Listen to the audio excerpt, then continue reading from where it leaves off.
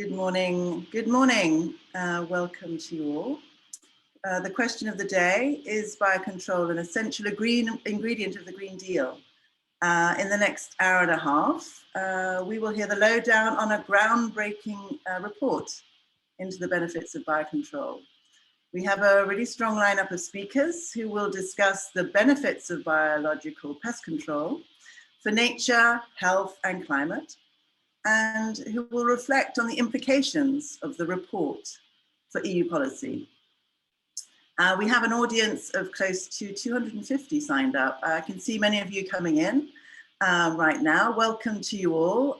You're in the right place, at the right event. The event of the day is biocontrol, an essential ingredient of the Green Deal. Welcome to you all. We're going to wait just a couple of moments before we kick off. Before we kick off properly, I'll just say good morning and who am I? My name's Jo Sullivan. I'm moderating today's discussion. As a 30-year, I have to say, veteran of EU policy debates, food and agriculture policy, and a strong advocate of the ecological transition, I'm particularly pleased to be invited today. So just to say again, this event is biocontrol, an essential ingredient of the Green Deal. And in the next 1.5 hours, we will hear about a groundbreaking report into the benefits of biocontrol. And we will hear from our strong lineup of speakers who will discuss the benefits of biological pest control for nature, health and climate, and reflect on this, on the findings of this report. So welcome to everybody. I want you first to meet our hosts for today. Let me first introduce Faustine Bas-Defossé. She is External Impact Director at the Institute for European Environment Policy, who together with Jennifer Lewis, who is the Director of International Biocontrol Manufacturers Association, they are hosting today's event. Faustine, I'll pass the floor to you for a few words of introduction. Thank you, Faustine. Thanks a lot, Jo. I will be very quick because indeed we have a lot of speakers today and I'm sure everyone wants to hear from them and not from the host. But yes, welcome and thanks a lot for being with us today. It's great to see so many people interested in the topic of biocontrol. It's pleased to see that, yes, so many of you, even early in the morning, registered for the launch of our reports on biocontrols and its contribution to the Green Deal objectives.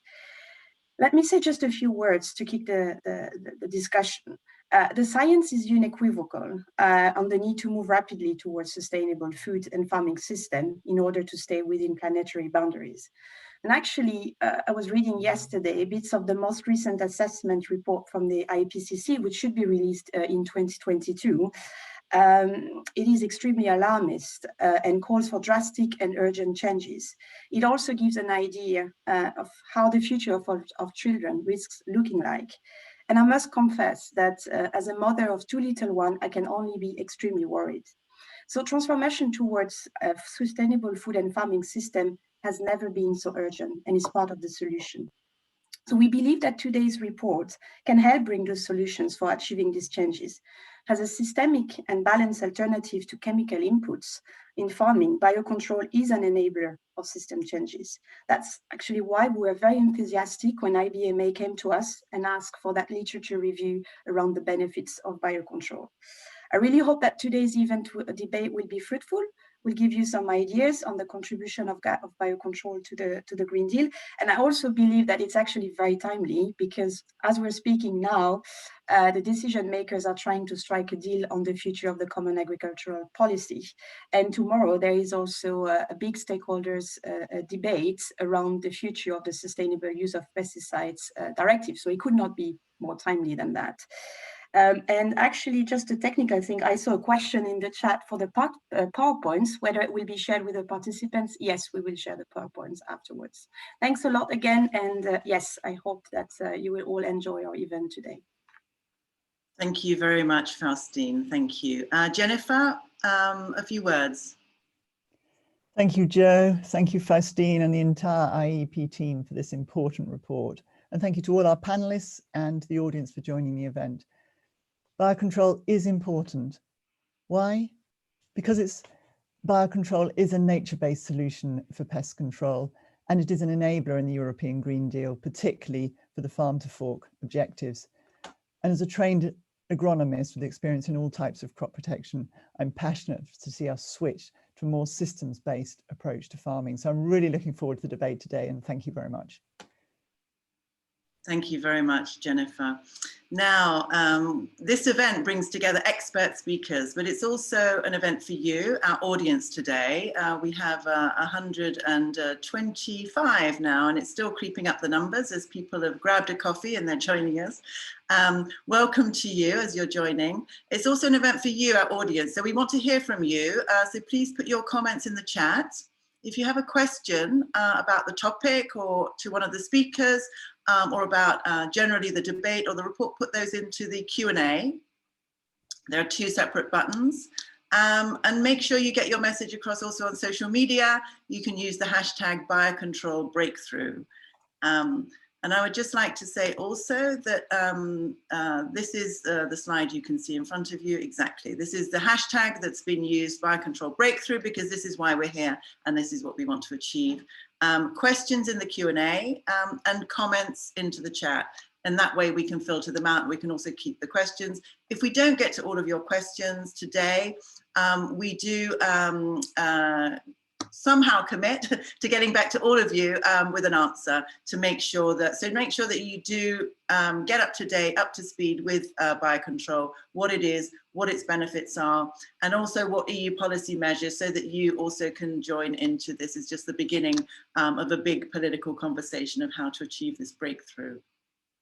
So, thank you. So we're keen to hear from Jean-François Hulot, who together with Nora Hiller and Faustine have written the report, which is published today, just this morning.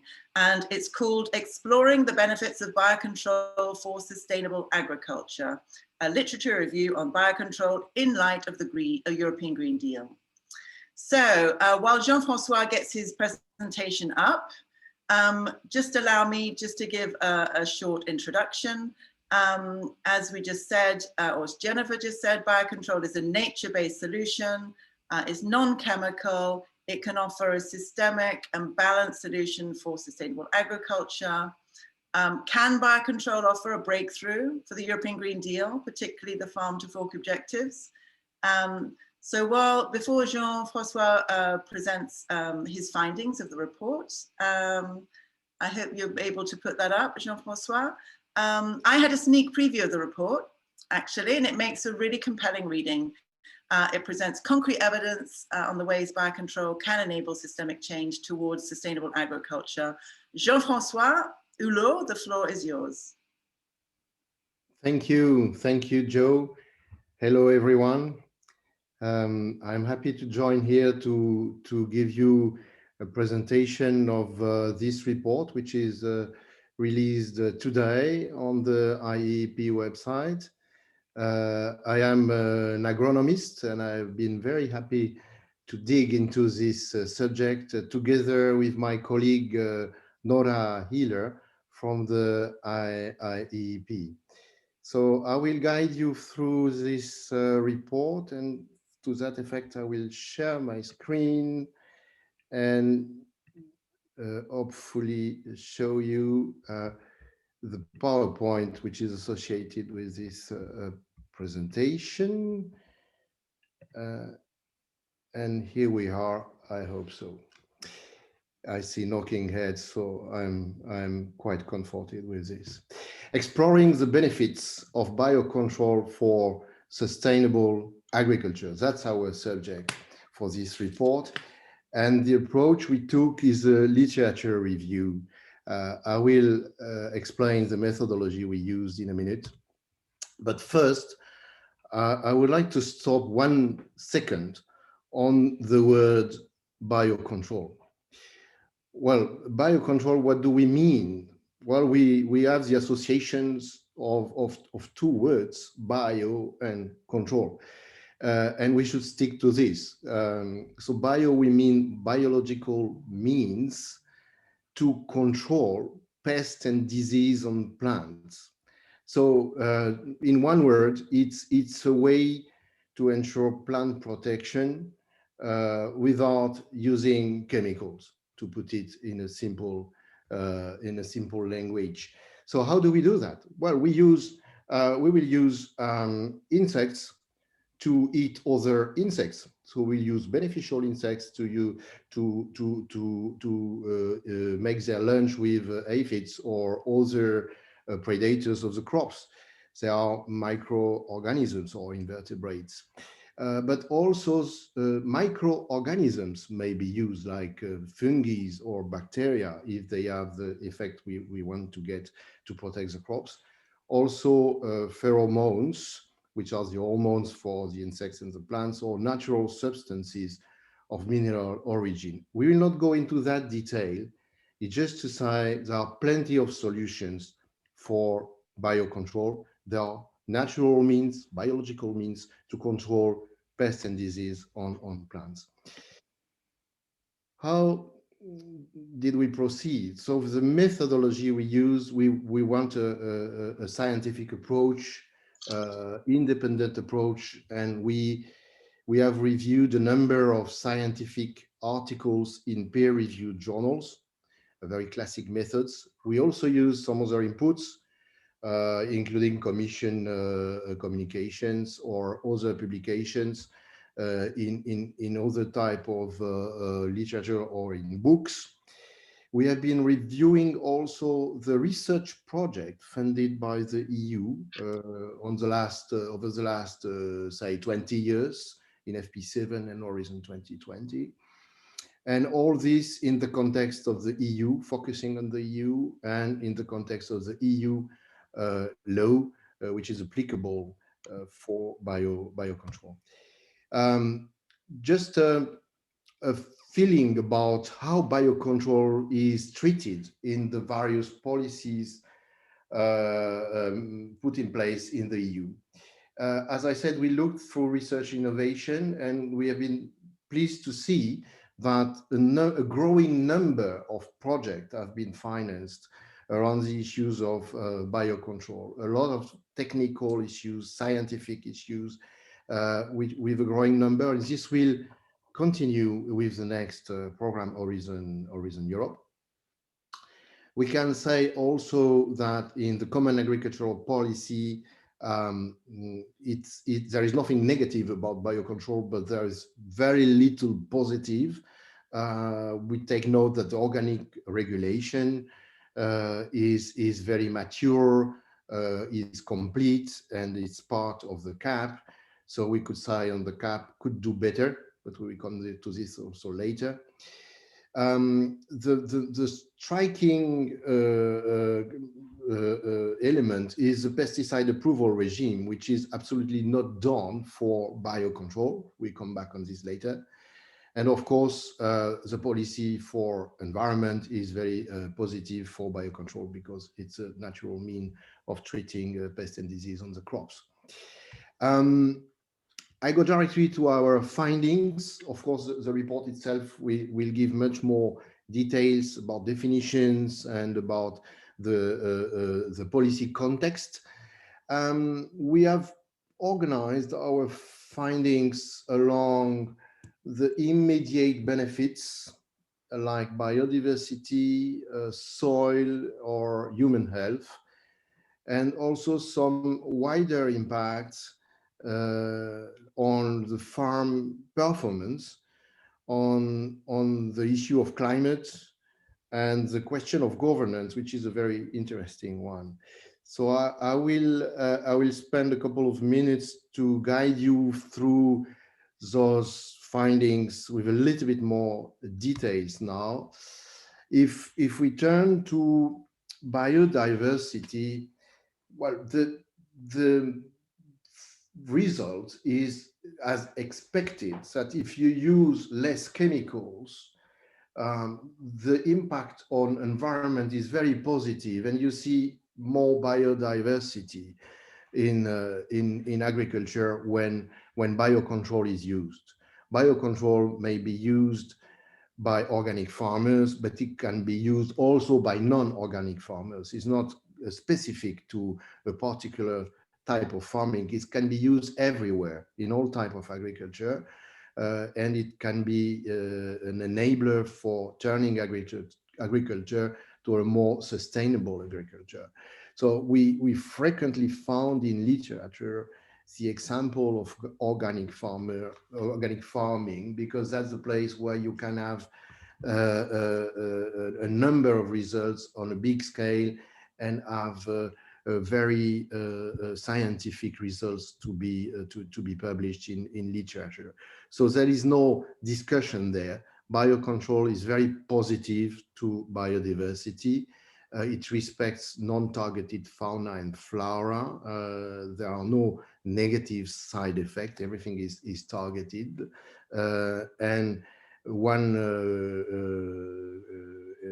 conclusion, which is very interesting, is to read from the European Commission itself, that when organic farming is used for agriculture, then we have 30% more biodiversity that can be observed on the fields. Another domain of direct impact is the soil.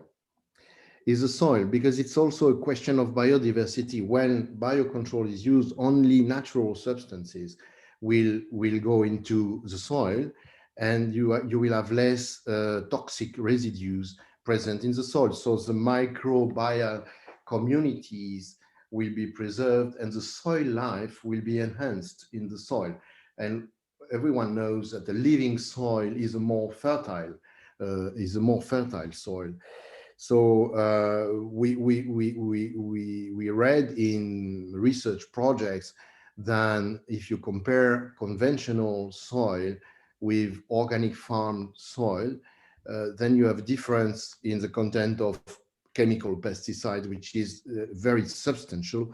So in conventional soil, you will have a content of 70% to 90% more pesticides, chemical pesticides left in the soil with a certain degree of toxicity for the soil life, if it is only conventional agriculture which is used. So we can say biocontrol will reduce the risk of chemical contamination, and I would say that we could also have a chapter on water, which is not present on this slide, but we could also say that as a consequence, the quality of water is far better because the percolation of substances, unwanted substances, is not the case when you use biocontrol. Human health. Well, human health, there are two branches of positive effects. The first, quite evident, is the toxicity for farmers and farm workers. Farmers and farm workers, they don't have to handle those toxic products that may be very dangerous for their own health, especially if they don't wear gloves or equipment protection. And we all know that there are a number of disease affecting farmers just because of the manipulation of pesticide. Another aspect is the fact that we are not using chemical pesticides or chemical substances. There are no residues in the harvest, and there is no chemical residues in food, which is something which responds very well to the needs of that consumers express very strongly now, that more attention is paid to food, to clean food, safe food, and a better quality of the food. About the wider impacts, we have been looking at farm performance. Because there are a lot of maybe misconception about the performance. The first misconception, I think, is about efficacy. Frequently you can hear people doubt. They'll say, yes, but if I can't use this killer, which is a chemical substance, how can I be sure that my crop will be preserved? So I doubt that little insect will solve my issue. Well, this is completely wrong. This is a misconception. Efficacy is no longer a discussion. Efficacy is no longer a discussion. There are plenty of evidence, not only in examples or in demonstration farms, but also on a bigger scales and also in the scientific literature. Maybe not enough, but we could find some scientific articles which are very complete. Unfortunately, not in the EU, but in New Zealand. But this example, and there are some others a bit everywhere in the world, that farm income is better if you use biocontrol, but just because the cost of biocontrol products is not as high as one may imagine. That's one element. A second element is that biocontrol is offering a solution where there is no longer a solution with chemicals. Why? Well, because as we are all observed, the list of authorized substances is shrinking in the EU. So the variability of the products that can be used by farmers is quite narrow, and some problems have difficulties to find solutions. So if we take, for example, Xylella is a problem. Solutions may not be with chemicals, solutions may be with biocontrol. There are plenty of other examples. So this capacity to bring solutions to problems and to new emerging disease, this capacity is a big asset for biocontrol, and biocontrol is certainly the future for preserving crops and harvest, be in orchards, in vineyards, in greenhouses, or in arable fields. Also, we looked at climate mitigation and climate adaptation. And here it's more intuitive. But intuitively, you can well imagine that if you use natural substances, which are very easy to produce, or it's not too difficult to multiply microorganisms or insects or larvae, those easy to produce agents will bring less emissions at the stage of their production than if chemical pesticides, because if you want to produce quantities of pesticides, you have to use the chemical industry, and the chemical industry is bringing its share of emissions in the system. There is also the fact that biocontrol is the enabler for a more sustainable farming, and sustainable farming will be the solution for climate adaptation. So all those considerations are intuitive, logical, and partially confirmed in scientific literature, but we would call for more research on this domain, because we found some evidence, but we would say that we were expecting finding more. So on climate, I would say it will be part of our recommendation to work a little bit more on the relationship between biocontrol and climate, and between climate and sustainable farming. Another domain which is very interesting to look at is governance. Well, under this word of governance, what we want to say here is that the fact that the way of managing the farm, the way of thinking of the farmer, if he is using biocontrol, the way of thinking will be changed, because you have first to understand what's going on the crop. Why do we have this mildew, or why do we have this disease? What is the behavior of this insect?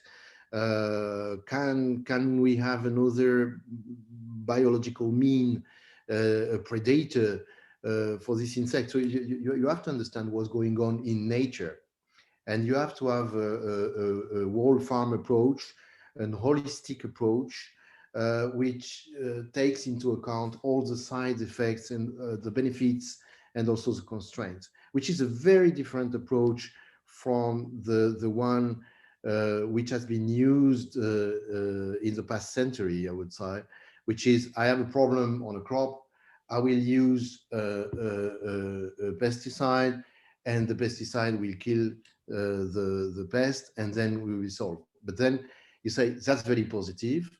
I have a good result, but you have neglected the side effects. You don't have an holistic approach, and that's the problem. And now, if we want to achieve the Green Deal, farmers must have an holistic approach and take all the elements into account to align their own objectives on the farm to the objective of the whole society. And with this, I would like to say that biocontrol supports very well all the Green Deal objectives.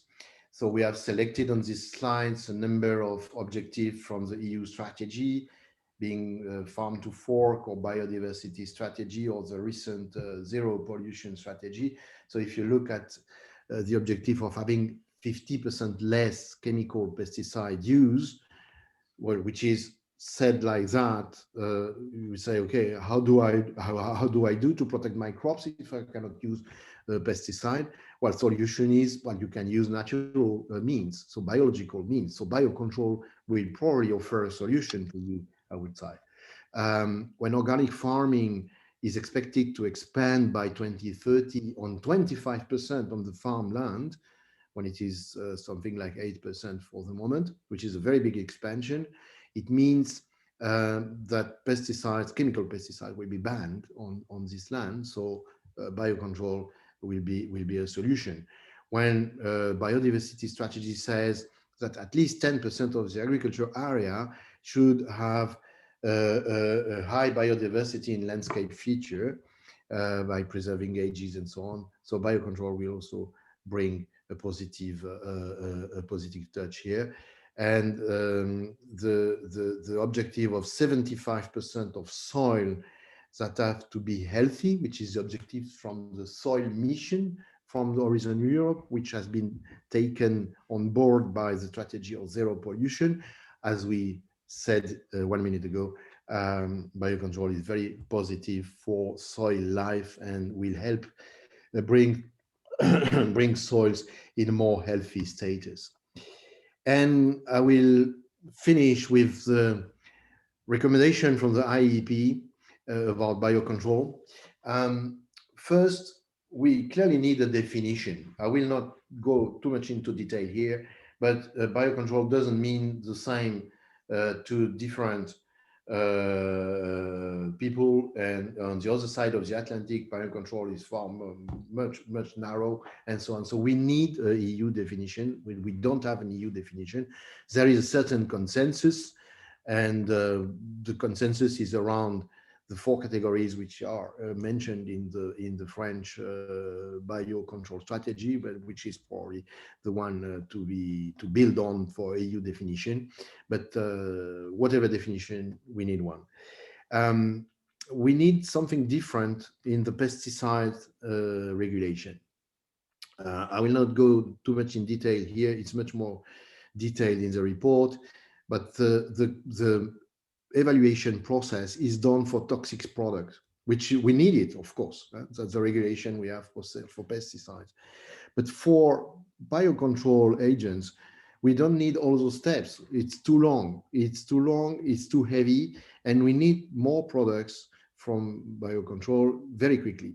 So for this, we need a faster, cheaper, efficient evaluation process, which can be inspired by what is done in the US or in some other countries where it is a lighter process.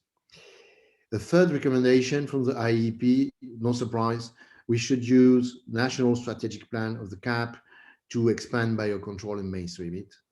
On research needs, I also mentioned that we need to look a little bit more on climate and on societal needs. And the fifth recommendation is field application. Example is the way how it works in agriculture. So we need demonstration farms, we need farm networks, we need more advisory services, speaking about biocontrol as a solution to achieve the objectives of the Green Deal and the farm to fork. And with this, I would like to thank you for your attention and invite you to visit the IEEP website to read the full report. It's a 30 pages report, which is very interesting to read. Enjoy it. Thank you very much. Thank you very much, Jean-François. That was a very clear presentation with very clear recommendations. Before we get into our panel discussion and before you meet our speakers, does anybody have any questions of clarification on the report?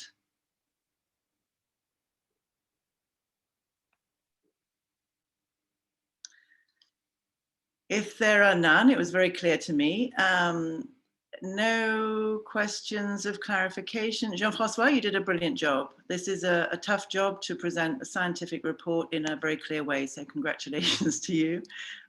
Excellent. At this point then, let's then get straight into the discussion, and we can meet our first speaker for our first reaction. We are going to turn to Martin Heusig, who is member of the European Parliament. He is from the Renew Europe group. Martin, welcome. We've heard now that biocontrol is a nature positive approach to farming, multiple benefits. We've just heard those laid out very clearly. So if biocontrol is an essential ingredient of the Green Deal, what EU policies do you think are now needed, given what we've just heard in terms of the recommendations, to help farmers transition to this systems approach, to nature-based farming? Martin, the floor is yours. Thank you very much for the question, and really interesting presentation. Now, I cannot go into details on your question because I would end up talking for too long if you there's lots of policies, but at the same time, we actually very, very closely, we just have to do a simple thing. We have to change the fundamental approach we have to the pest control. And I think agriculture as such, it should be less extractive, and we need to look at more how we can do things with nature. And I think this is going to be the most rewarding. Also, at the end of the day, in what we get out of the soil, and what we get in terms of the ecosystem services, because I think this is an important part as well. Now, I believe that what we need to look at is how to really start shifting the approach to pest control. And yes, we are late in the day in the common agriculture policy negotiations. I would like to be saying that, look, yes, this is a great opportunity. The CAP can offer the chance. I don't think that we can do it now in the late phase of trialogue, but the strategic plans on this are going to be crucial. The interesting thing about the new CAP is that there's a lot to be determined by the countries. And this is where then in the implementation phase, I think it's going to be important to look at how we can get it done on a practical level. Second, farm to fork came out with the 50%. I would like to actually see more. And I think what we should also see is that it's not just, and I think that's even more important in terms of the legislation, it would not be, or kind of the commitment, it's not important to have general saying 50 or even 100. It's important to have something binding so we actually are forced to stick our commitments. So I would like to see this 50% reduction both in volume as well as the hazard enshrined in the law. Now, going in more detail to biocontrol, I think this is where the current approach, the current pesticides regulation has been a step forward, but what we see and being in the objections all the time, it needs to be reviewed because it's not providing us anymore with adequate level of protection from hazardous chemicals, both of our health and environment. But even more importantly, in some ways, and coming from a Renew group, which is kind of pushing for the innovation all the time, it's stifling the innovation. We have a system which is actually blocking the use of biocontrol, blocking the use of nature-based solutions in the agriculture, because it's applying the one-to-one system on something which is incomparable. And I think this is something where we need to look at both in the Sustainable Use Directive as well as the Pesticides regulations to make sure that we really create the opportunities. Because in some ways it's, and as someone who's been in the environmental movement since the early 90s, I don't want to use it's good for the nature, health, and environment. It's really something which is even good for business, in my view. This is something where we can really bring about a fair competition. At the moment, it's not even a fair competition. That you don't have a fair chance with the biocontrol because we have so many obstacles. So I think this needs to be also reflected. And at the end of the day, we need all these things, urgently need to use biocontrol instead of hazardous pesticides or any essentially synthetic chemicals, because not only of the problem of the contamination with hazardous pesticides, I work a lot on soils as well, and we have a serious problem with the soil health. We're killing our soils, which are the foundation of the life, and biocontrol is a means of actually help to reverse this trend. And the end result is not only healthy soils, and being able to feed ourselves and, protecting large chunk of pollinators, another favorite topic of mine, but also helping to start storing carbon more. We at the moment have a problem where the agriculture is a source of emission. The soil is a source of greenhouse gas emissions rather than being a sink. It's essential for us to actually turn the agriculture into an instrument of storing carbon, encourage the farmers to farm carbon, so to say, not as a, instead of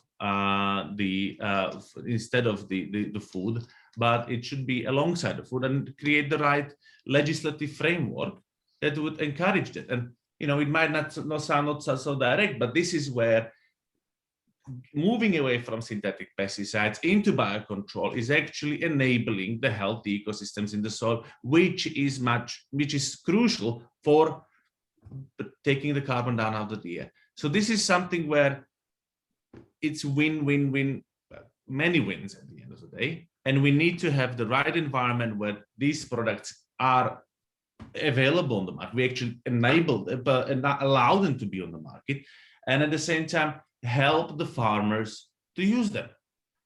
It's not it's often seen as like, yeah, you want to, with all the rush against pesticides that the farmers. I think the result is to help the farmers, to support them in their effort, because farmers are, and the whole farming community is so vital for all of us. And that's where I'm hoping that in the autumn, we're going to see from the Commission's proposals that, I don't want to say be ambitious, be realistic in what we actually need to deliver, and we need to deliver a lot. So I'm looking forward to the further inputs and discussion. Thank you. Thank you very much, Martin. And we know that you have to dash off at some point. So thank you very much for that intervention. I just want to get back, because we actually had a question, and linking to what you said about the national strategic plans, Martin. We have a question actually to Jean-François on the, there's a question directly from Émeric Berning from DG Agri, which is in Brussels speak, the Directorate General for Agriculture of the European Commission. Jean-François, perhaps you could just jump in before we pass the floor to Eric Liégeois from the Commission, who is in DG Santé, which is the Health and Food Safety Department. Jean-François, could you develop a bit more what you expect from the CAP strategic plans? That's the question that we had from the audience. Jean-François. Thank you, Joe. Thank you, Émeric, for the question. We develop a little bit more in the report, of course, but I could say in a nutshell, we expect that the eco-conditionality will be more efficient, more stringent, and that IPMs, integrated pest management, is a precondition to get any direct payment in the first pillar, and that it is effectively applied. We also expect still in the first pillar that the eco schemes would help farmers adopting biocontrol, and that eco schemes could be developed by the member states to help for this transition, so supporting farmers for biocontrol. We would also recommend in the second pillar that advisory services would be developed, also in the direction of sustainable agriculture, of course, but also using biocontrol as an enabler and doing a sort of promotion and knowledge dissemination. Knowledge dissemination is crucial for mainstreaming biocontrol or mainstreaming sustainable agriculture. We could have also use of classical measures of agro-environment in the second pillar. In a nutshell, that's what we would recommend for the CAP strategic plan, and we hope that the Commission will check this against the member states' submission, so that we get a real effect on environment in those CAP strategic plans. Thank you. Thank you very much for that answer, Jean-François. I want to now turn to Eric Liégeois from the European Commission. As a Commission official in DG Santé, which is you're responsible for healthy crops and safe food in the context of the farm to fork.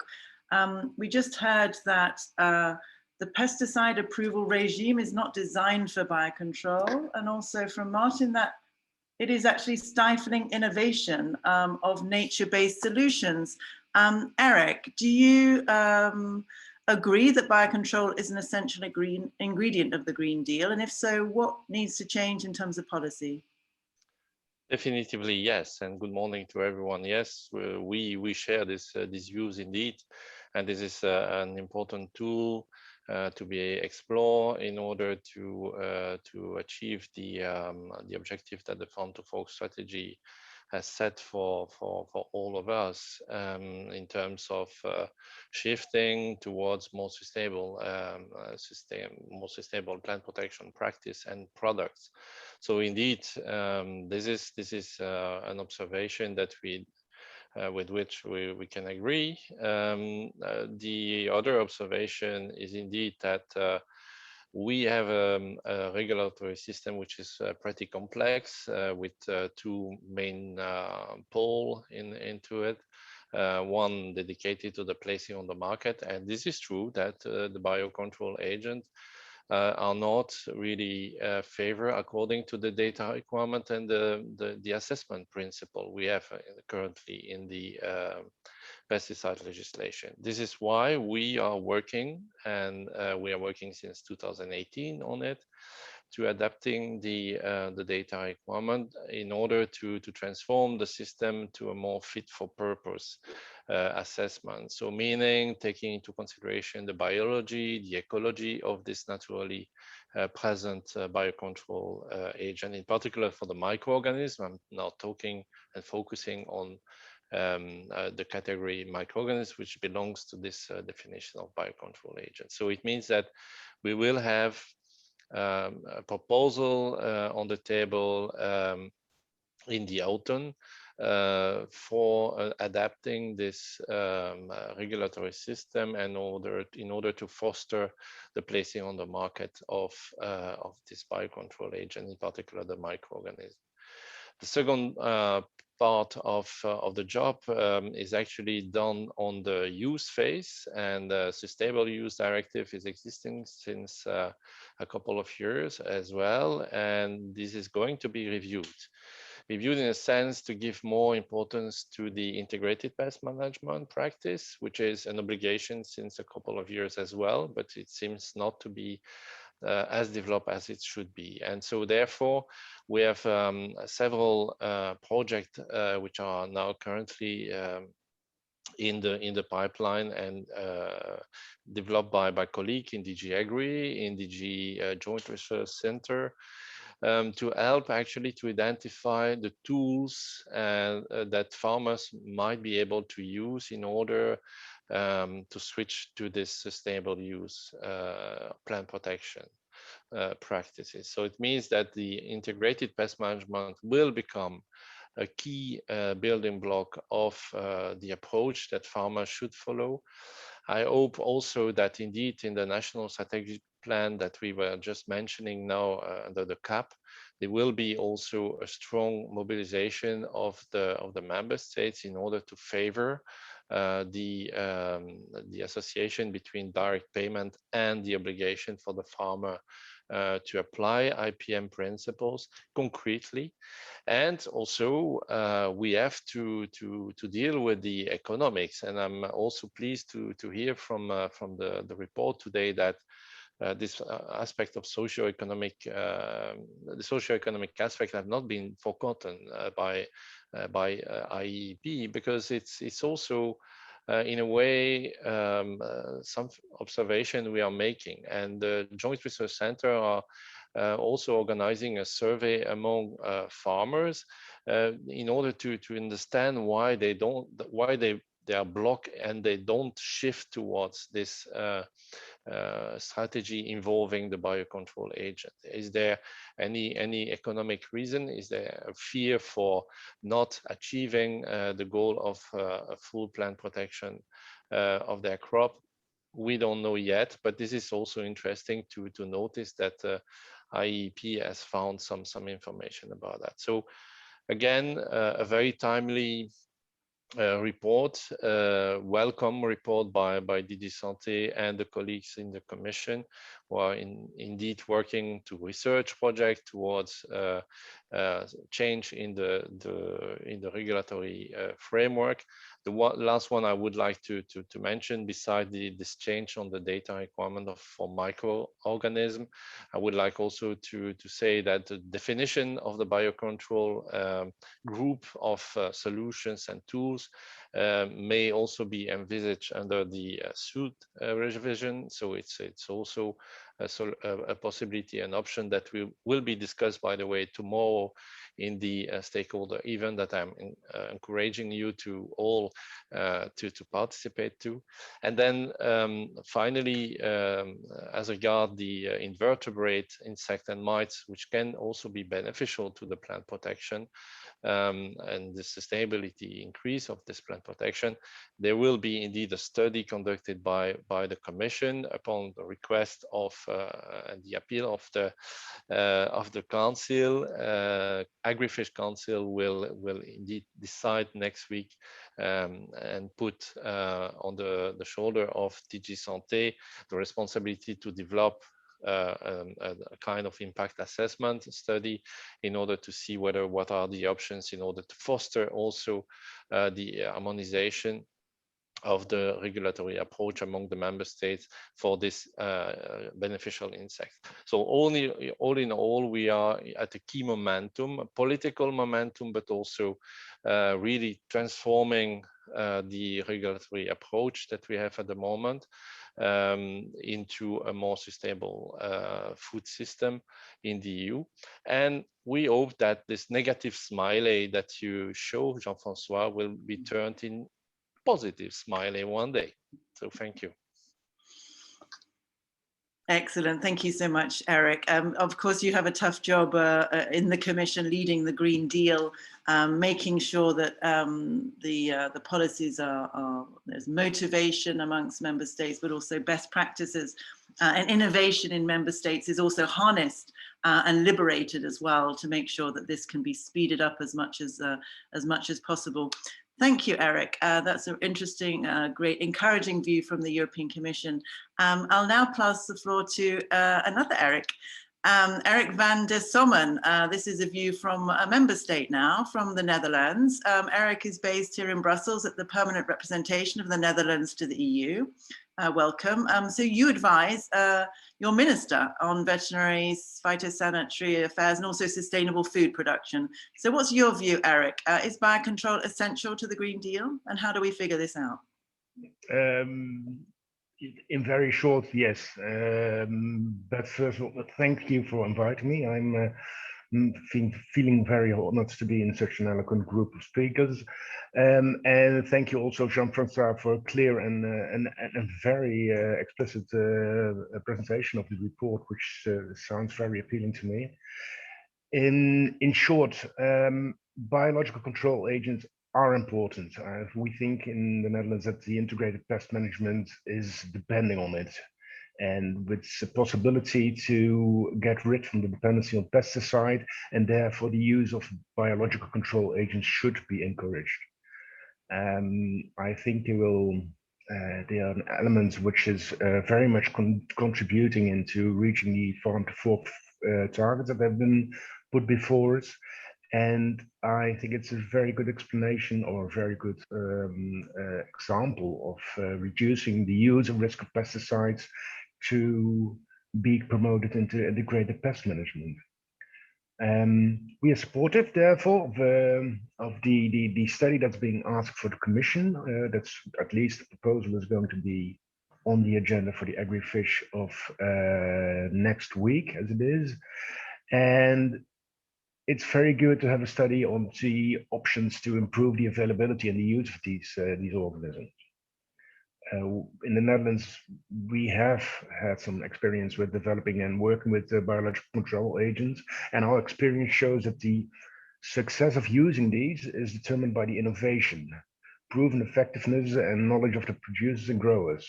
And therefore, it's a little bit contradictory to organize regulation in order to see to it that it's used in a certain way, because that might be taking away the innovational part of the producers at this point. We feel that we should avoid new hurdles, because if you consider these organisms beneficially, you should have some innovative aspect in organizing these.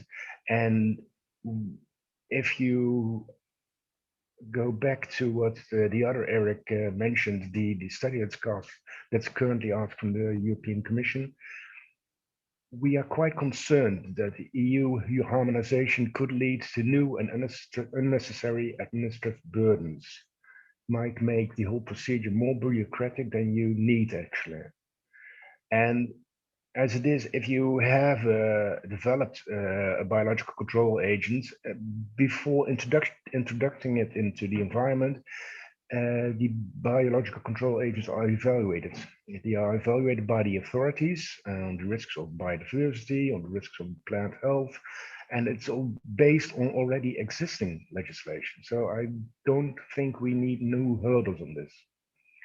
The quality and the effectiveness of biological control agents, from my point of view, is guaranteed by a professional interaction between producer, advisor, and grower.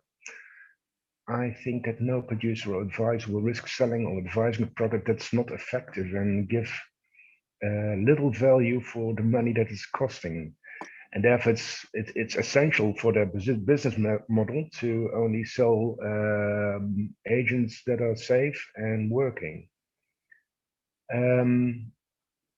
The existing legislation is based on the guidelines that are in place in EPO, and I think they are quite efficient in dealing with the risks and effectiveness. That was basically my statement. Excellent. That's very clear, Eric. There's a view from the member state. It's all about let the legislation be fit for purpose, actually, and allow innovation. Don't stifle new innovations on the market in biocontrol. Thank you, Eric. That's a great contribution. You're all very busy in your various farm to fork policy measures, so we're really grateful for the time you're spending today.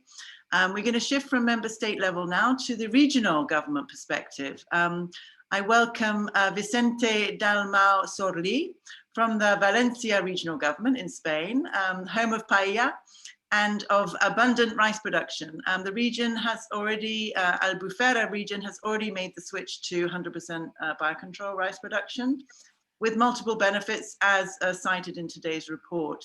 The example is cited in today's report. So Vicente is head of plant health services in the Department of Agriculture of the Valencia region. So Vicente, tell us a bit more about the benefits for your region of biocontrol. We're talking large scale rice production in harmony with a high value natural reserve, as I understand. So how did you achieve this, and what are the benefits, and how can the EU help to do more of this? Yes, thank you, Joe. Good morning, everyone. Yes, as you told, Joe, paella is known everywhere. and it's made with rice. And around Valencia, we have about 16,000 hectares of rice. And years ago, we started this project of biocontrol that we've been able to enlarge it to the whole area by using pheromones. So pheromones are substances produced by insects, and we disrupt the behavior of insects in order to control them. Now we are able to produce insecticide-free rice because we don't need to use any more insecticides. But as you told, we are in a natural park environment. So we even have an interpretation center for tourists and visitors, and we have a poster to inform them that a biocontrol project is running there. We have also reduced the operators, workers, and bystander exposures because the amount of pesticide has been reduced in the area because we are not using insecticides. We also have detected a positive evolution in the nesting of aquatic birds in the area because there is a special protection site for birds in the surroundings. But we also have economic benefits because growers have seen that with less cost in the long term, they are able to reduce damages even below the amount of insecticide that was required before. Before we were spraying by aerial treatments with insecticides, and now we are using with less cost technique, this mating disruption technique, and the benefits are clear. Excellent. Thank you very much for that intervention. So from your perspective, Vicente, you are actually, I mean, as I understand, you didn't get EU money to do your project. This was a pure local initiative. But what would you expect from the National Strategic Plan and from the EU money to help you scale up and speed up and spread out across crops and across regions in Spain and indeed for other regions of Europe? What would you expect? Yes, we will try to enlarge this kind of project. We are trying to use it, for instance, for the European Grapevine Moth in vineyard, but also for the control of olive fly. In the past, we were using the operational programs to fund this kind of control, the biocontrol. For instance, for the Mediterranean fruit fly, we are using operational programs to give aid to the producers' organization in order to reduce the cost of this biocontrol. So we have to calculate the additional money that it's required to perform this kind of biocontrol, and this extra or additional costs are supplied by the EU CAP before with the operational programs. But now in the future, we are trying to find in the CAP strategic plans, we've seen that there is not still approved, but we have some type of intervention for rural developments, environmental, climate, and other management commitments. And we are trying to use this kind of article to make some plans to control in a larger scale the two examples I gave you before, the European grapevine moth and also the olive fly. Excellent. Thank you. Thank you very much for that clear explanation, Vicente. Let's bring in now farmer, a real farmer we have. Philippe, and he's in the field there in front of us. Philippe Rotberg-Gerber from Alsace in France, a firm advocate of biocontrol. Philippe collaborates with local firm CBC Bioguard and is active in regional cooperatives, so a real advocate of nature-based solutions. Philippe, what can you tell us about your experience? Well, I must say I was born in a biocontrol farm. My father was using and promoting it in the early 70s already with IOBC and COAPI at that time. And I remember well, when I was a young boy, we had huge problems with mites, red mites, damaging orchards, even damaging vineyards, etc. And they had to be sprayed by chemicals. The more chemicals that were used, the more mites we had, was never ending. And when we started to realize that we should go with a more resilient use of products and starting using biocontrol products, all for a sudden the mite problem was resolved. So this is a very, very nice thing that I've seen as a very little boy, and this shaped me quite a lot. So right now and today, I would say biocontrol in orchards, in vineyards, and in many other crops is fully effective. We have great tools. We need to use also modelization. We need to use resistant crops, etc., etc., etc. But we have quite a lot of things in our hands. So why not going fast? For myself, I have one problem as a farmer. Sometimes we see other countries having biocontrol solutions registered. Fortunately, I must say we live in France, and France is very open to this, and often we have 120-day registrations for solutions. But sometimes I see some discrepancies in Europe, and looking also at what happened with COVID and having seen how fast a vaccine could come to the market, I would say if we would put these efforts into research and development and into also registering new solutions, this could be a big part and a big step for tomorrow. Thank you very much, Philippe. Let's now jump straight to Marta Mesa of Slow Food. She's the director of Slow Food, Brussels. Slow Food is, for those who don't know, is a 30-year-old grassroots movement advocating for a more responsible food system and a shift to agroecological farming. So Marta, let's get to the policy solutions that will speed and scale agroecology. Do you agree that biocontrol is essential to the Green Deal? What is your reaction to what you've heard? Thank you, John, and hi, everyone. Absolutely, biocontrol is fundamental, and what I really appreciated in the report and in discussion we heard today is really the point about how this can help in the transition. I think one key element of the Green Deal and the Farm to Fork is really how do we transition from where we are nowadays, where, as Faustine said in the beginning, there is a clear sense of urgency. There is clear data that we cannot continue with business as usual. How do we transition to a more sustainable scenario? And in that sense, what is really what is really interesting about biocontrols is, again, how we can empower farmers to take up these different solutions to farming.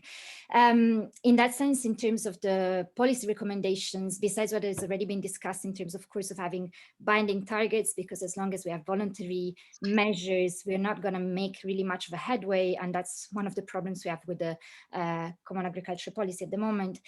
We, of course, need right incentives, but what we've been discussing also in other conversations, and it's also highlighted in the report, is the importance of the advisory services.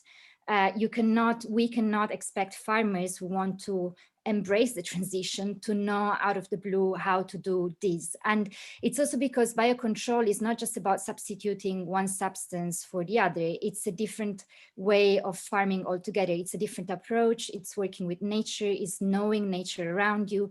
And so also in that, in our own experiences, global movement, where we our movement involves farmers, but also food artisans and cooks and citizens. What we see that works extremely well is the basically farmer to farmer exchange, because that's where you get to the core of how in practice you can change the way you work in gradual steps, because again, it's a transition. If you've been receiving incentives and payments to develop a certain kind of farm for the last 40, 60 years, it takes time to change that. It requires investments and training. What I also wanted just to add that I really appreciated in the report and is the part about soil. We recently had a conversation with some of our farmers exactly about the issue of pesticides, and they were emphasizing the importance of, rather than concentrating on basically tackling pests and weeds and so on and diseases, we should rather concentrate on nourishing the soil, because that's what basically guarantees also, it's the foundation of the health of the plant and of the micro ecosystem that you have around the cultivation. And in that sense, I just want to mention also that for us, slow food, what's also key in all of these is the cultivated biodiversity, meaning the food biodiversity, the diversity of varieties that are cultivated in the field and that have been developed over centuries by farmers to respond to how nature was evolving around them. So, and to oversimplify it, it's varieties that have been developed indeed in like in tandem with natural developments, rather than seeking to develop tomato varieties that would withstand long transportation trips on trucks. And then you have, just to make an example, but the rubbery, watery, tasteless tomatoes. So it's really about these biodiversities also proven to be more resilient to, and I see that Philip is nodding, but to diseases and to pests. So that's also a key element that goes hand in hand with biocontrols. And the very last thing that I also wanted to mention is that besides the evidence that has already been mentioned, besides the solutions that are already out there and the evidence that there is that these solutions are viable, there is also three things that, again, from our own experiences, global food movement, we know well, is that the farmers that are, for instance, involved in our movement, but not just them, really talk about a different quality of life. It's not just about harvesting crops, it's about the quality of your life altogether and how you, again, work with the environment, but also with the community around you. It's also, we, as I said, as a global movement, we involve people from across the food system, and the cooks, the thousands of cooks that work with us, the thousands of food artisans, whether they're beer brewers or cheese producers or you name it, they are also looking for that quality and that natural aspect of growing food in the respect of the environment, of the people, of nature, and of also culture. And finally, if you also see, there's right now an ongoing European Citizens Initiative called Save Bees and Farmers that has collected already over 600,000 signatures. This is another indicator that also citizens do want to see a different way of doing farming and of what they eat. So just to say, there are many pushes in the right direction. So in terms of policy, it's high time. It's great that we have the Green Deal. We hope that this ambition doesn't get watered down at any point and that we have really binding targets to achieve that ambition. Thank you. Thank you very much, Marta. Before we engage the audience and others, Jennifer, do you want to have just a couple of thoughts on reflections on what you've just heard? Yes, thank you very much. I think what we've seen is that biocontrol is so much more than just an alternative to pesticides. It's an enabler for the transition. Resilient systems are built around the biological buffering, the biodiversity, and the good agronomic practice. And we really need this for the transition that we're looking for in farm to fork. And I'm really delighted to hear that that we'll soon be seeing these eagerly awaited data requirements from Eric. But we also need this type of approach, this revised approach, this adapted approach for semiochemicals, for pheromones, for natural substances. As Eric, the other Eric said, that we really need to allow that innovation. There are questions in the chat about, have we got enough of these products? Can we extend it to broadacre crops? Yes, we can. They're there, they're ready in the pipeline, but we need to be able to get them through the system. And the time it takes and the sort of stifling is really a problem for us to be able to deliver these farm to fork goals. But great to hear all your comments, and thank you very much. Thanks, Jennifer. So we have Bruno Prince first from the French Ministry of Agriculture. Bruno, can you come onto camera? France has a national biocontrol strategy in place already, so leading the way, well, I'm sure with Netherlands and other countries, as Spain as well. There's clearly a movement happening across Europe. So Bruno, the floor is yours. Welcome. Yeah. Thank you. So first of all, I would like to acknowledge the organizing committee to allow sharing our experience on biocontrol. I guess the story begins, like Eric Lejoie said, with the Directive Sud in 2009. where for the first time we have in the Annex 3 the principle that sustainable biological, physical, and other non-chemical methods must be preferred to chemical methods if they provide satisfactory pest control. And then from then, in 2010, France has introduced for the first time a regulatory framework for the use of biological control agents. Here, it was only at this time for insects, useful for crop protection. This dispositive was fully operational in 2012. And from 2014, we had a new law, and the Parliament introduced the definition of biocontrol in the French legislation. So we have in our rural code the definition, maybe not the, but a definition of biocontrol. So biocontrol is a concept which is broader than only BCAs, so the microbials. It groups all methods and products and agents using natural mechanisms for crop protection. So biocontrol refers in particular to microorganisms, so the insects, the non-vertebrous BCAs, let's say, the plant protection products based on microorganisms, botanicals, minerals, animal-based products, and semiochemicals. So the pheromones that were already introduced by Philippe. So to limit the development of biocontrol products to those of low concern, France has developed specific provisions to enhance the evaluation and to ease the placing on the market of low-risk products of biocontrol. So it means that it's not because the product is natural that it is of no concern from the environment and for the health. So here we introduce here in France a second step, a second filter, which is the risk.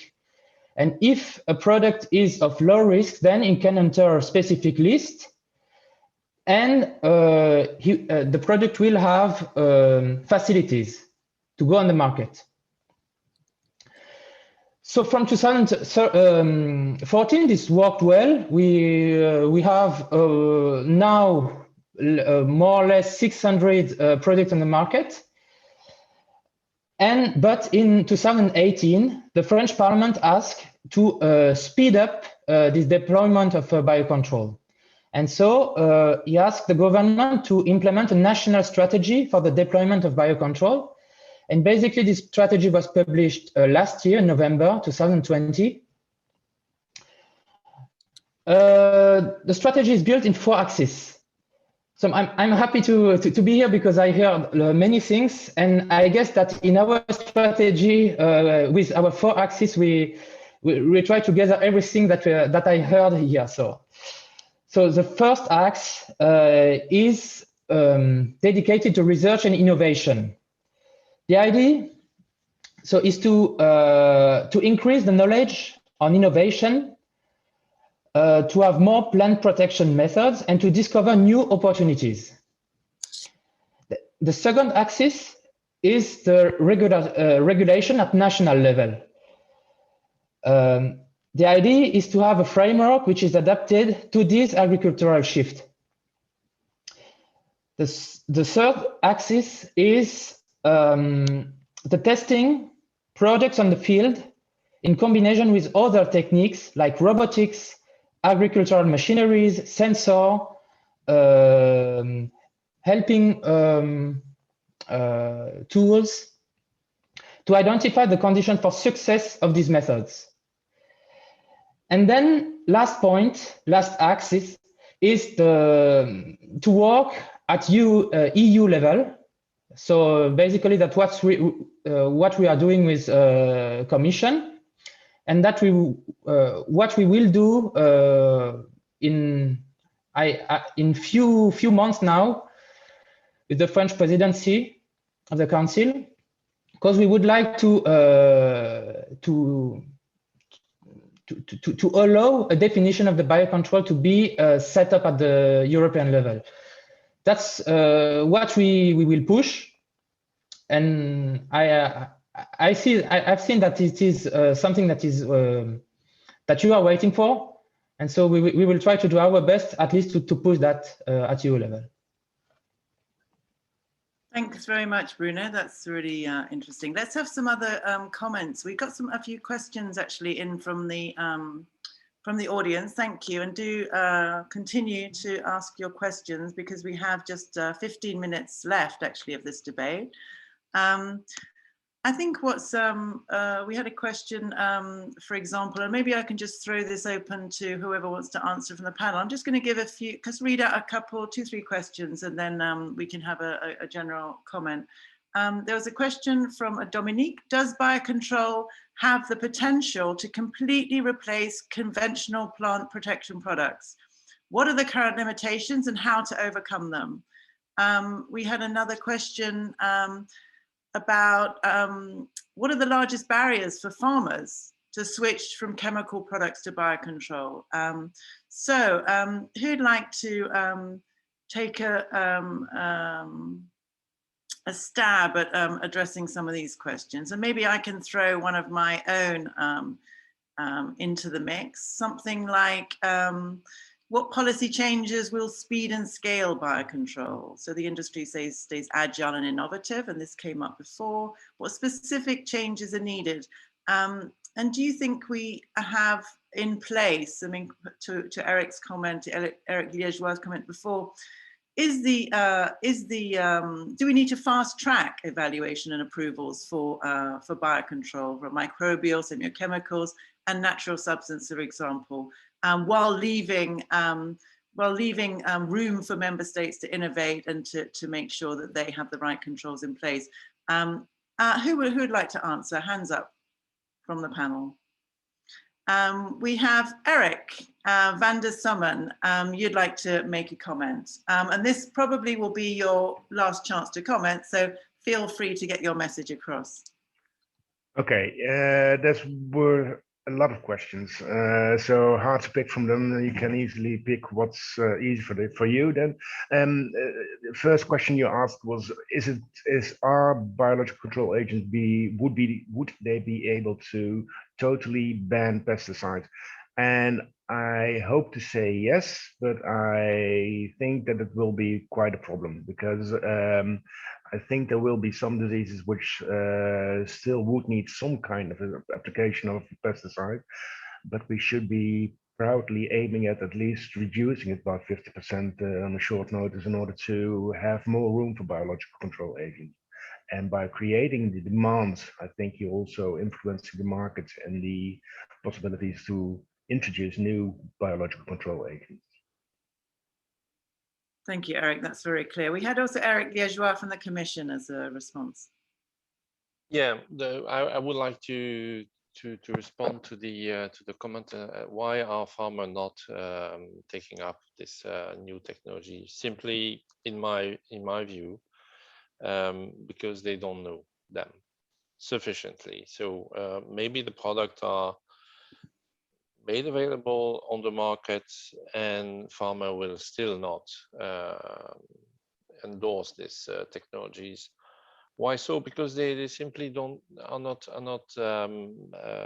aware of them. Maybe they fear that this is, or the rumor is saying that they are not effective enough. So plenty of reports like the one presented today by IEEP should also come from the farm advisory services in the first place. So this is their role to say, well, when you have this integrated pest management regime, please think first to the BCA, and then you will then shift to the to a more sustainable plant protection practice. I think this is the best way is to really make the farmer more sensitive to that, and we have our own duty to transform indeed this placing on the market approach into a fast track system. By the way, for the low risk plant protection product and microorganism, pheromones and natural extract of plant that we didn't mention today, there are some provision already existing. Member states are simply not not all member states, but majority of member states are simply not using them, and they are reluctant to identify the product with a low impact profile as low risk, simply because there are always something wrong with the co-formulant, something wrong with the precaution that we recommend. Even by using the microorganisms, you should wear gloves sometimes, because there is a question about sensitization potential of any biological living organism. So this is the simple reason why. So we need really to rethink this in our regulatory system in order to really clear out all doubts about this low risk biocontrol agent. Thank you. Thank you. We also had a comment from Vicente. Sorry, it was to answer Dominique's questions about the potential of biocontrol to replace conventional. In my opinion, maybe not completely. Biocontrol can replace conventional, at least now, but we have many examples where biocontrol is a very effective tool. So we need to explore these opportunities and to use the conventional only for cases where biocontrol is not enough to make a proper control. And also about the limitation, Eric mentioned before that one of the limitations is the lack of knowledge of farmers of these new technologies. In our case, what we did is we started by a pilot project with a small area, well, small to be effective, but a small area, and we involve farmers, citizens, municipalities, etc. So once you demonstrate that in a pilot project this works, and once they see the benefit, you are able to enlarge to a wider area, and now we are 100% of the rice production about this biocontrol. So that's first. Thank you, Vincente. That's very clear. Marta, you had a comment to make. Yeah, very quickly, but just to say, besides agreeing with what Eric Liégeois said indeed about raising awareness and training and having the advisory systems really support these, I just wanted to emphasize again the importance of the peer-to-peer exchange. So if that is something that policy could also encourage, that would go a long way, because there are many farmers, like indeed Philippe, who are already using this approach and these technologies, and who could really be very great ambassadors of explaining how to put this in practice. And the last thing is also maybe to keep into account, we haven't mentioned it so far, but it's also an issue of being aware about the true cost of food. So there are different discussions going on about true cost accounting, but if you look at also the cost of cleaning water from pesticides residues, or the cost of, pesticides on our health system because of the consequences it has on our health, then it's also another way of, to create but give the idea of the sense of urgency, and that it's really, really important. Thank you very much. A comment from Philippe. Yes, maybe shortly, as a farmer, we are used nowadays to be fed by European subsidies. Maybe it would be good, because subsidies are just feeding. It's not giving you a sense of being proud of what you produce and what you do. Maybe it would be good to consider a real price for food, and I will say real food. And this would give back some proudness for growers, for farmers. And this would also probably, and I'm sure that because farmers don't like to pollute, farmers don't like this image that is given to them. And this would surely make things move also. Very good. We probably have one more question that we can take from the floor. I think we had somebody raising their hand from Imeris, which is an industrial minerals company in France, Occitane. Are you able to take the floor?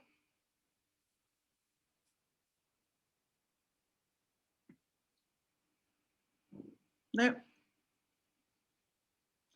technology.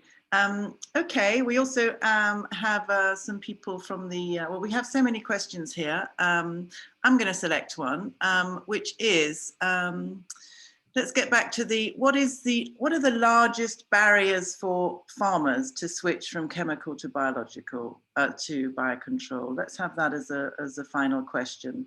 And what does that mean, therefore, for the EU policy solutions that Eric has laid out from the Commission?